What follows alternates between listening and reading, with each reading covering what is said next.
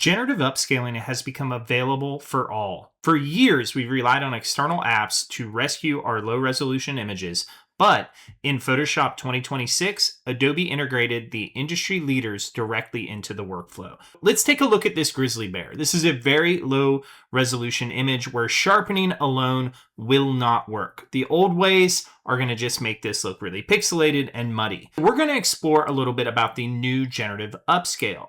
You can find this by going to Image and looking for Generative Upscale in Photoshop 2026. Now, some cool features when we click on that with Generative Upscale is we actually have a few different models to choose from.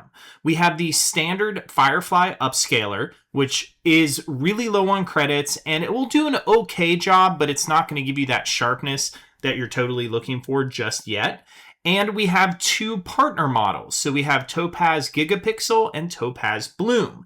So we're going to really talk a little bit about these two partner models today. But let's start with just showing you what Topaz Gigapixel can do. Now, fair warning that these two Topaz models will use more generative credits than your Adobe Firefly upscalers, so keep that in mind. But I'm going to start with Gigapixel. So let's go ahead and set this. You can see you even have a face recovery mode. If you want to recover detail in blurry or low res faces, we can check that here. And we're going to take this 500 pixel by 500 pixel image and we're going to scale it up to 4 times the amount.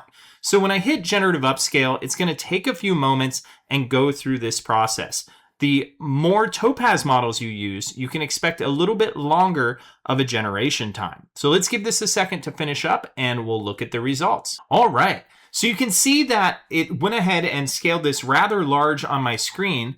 And I want to just zoom out ever so slightly so you can see the new larger image. And let me toggle the before and after off. And you can see this is the original image and this is our upscale. And it did a pretty good job maintaining the integrity of the image and really sharpening all these tiny hairs. Now, let's do the same thing and we're going to use the generative upscale and let's use the Adobe Firefly model. So we'll do the same thing and scale it up to 4 times the amount and let's compare the differences. All right, so you can see here the Firefly model didn't really deal with any of the sharpening, and it also added a little bit of hallucinations and a little bit of unneeded texture here. Now, this is going to work really well if you're just going for something casual. So if you're, maybe sharpening or upscaling a photo to frame it, the common user may not see the difference here. So remember, this is double the size. If we had originally pulled this 500 by 500 scale image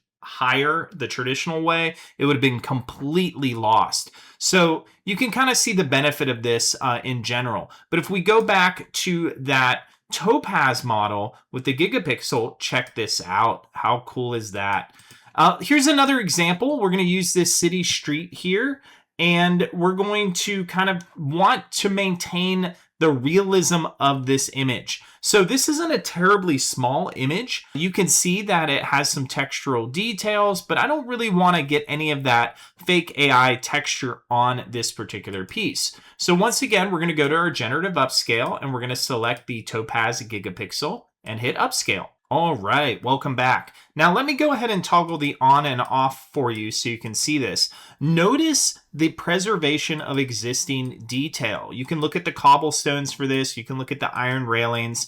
It really kept the lines that were straight still perfectly straight. It's not really hallucinating or adding unnecessary textures to this.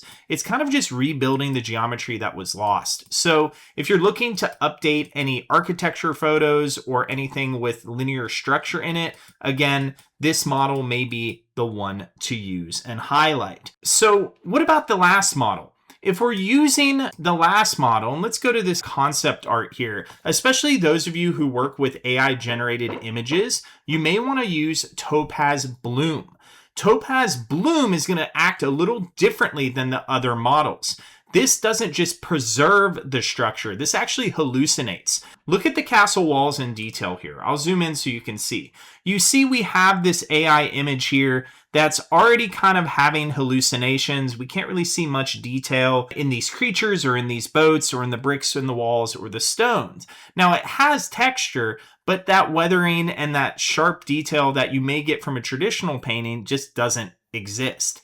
It's actually going to add, using Topaz Bloom, that grit and that micro detail. So let's go ahead and take a look. Once again, image, generative upscale, and we're going to switch ours down to Topaz Bloom. Now here you can see you have a creativity meter, so you can crank this up if you don't really care how much it changes your images, or you can crank it down depending on where you're going. I will say there is a scale limit, so if it exceeds 9 MP, you may want to reduce the image size. Just be aware of that this one does have a little bit of a limit there. And I'm going to hit upscale, and let's take a moment and see our results. All right, welcome back. Now I will say that took substantially longer. I know we kind of did a quick jump in the video than the last two models. And you can also see that detail difference. If we switch back and forth, it's actually adding art here. So you want to kind of consider this, especially if you're looking for upscaling your original artwork. I would not recommend this one if you don't want to add any of that AI addition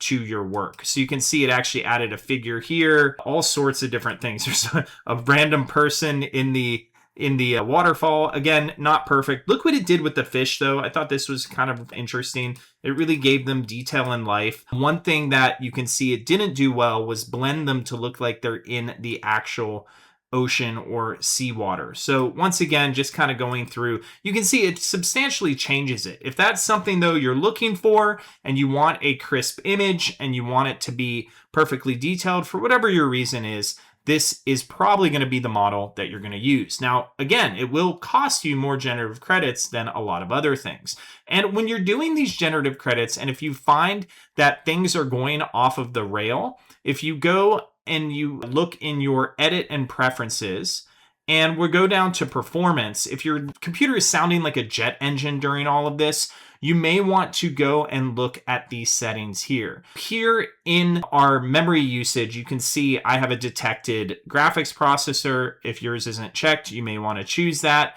These are just some things that you may want to look for. Another thing is under image processing, and you may want to, again, set this to cloud just to help you overall with performance issues if that is something that your computer is struggling to do.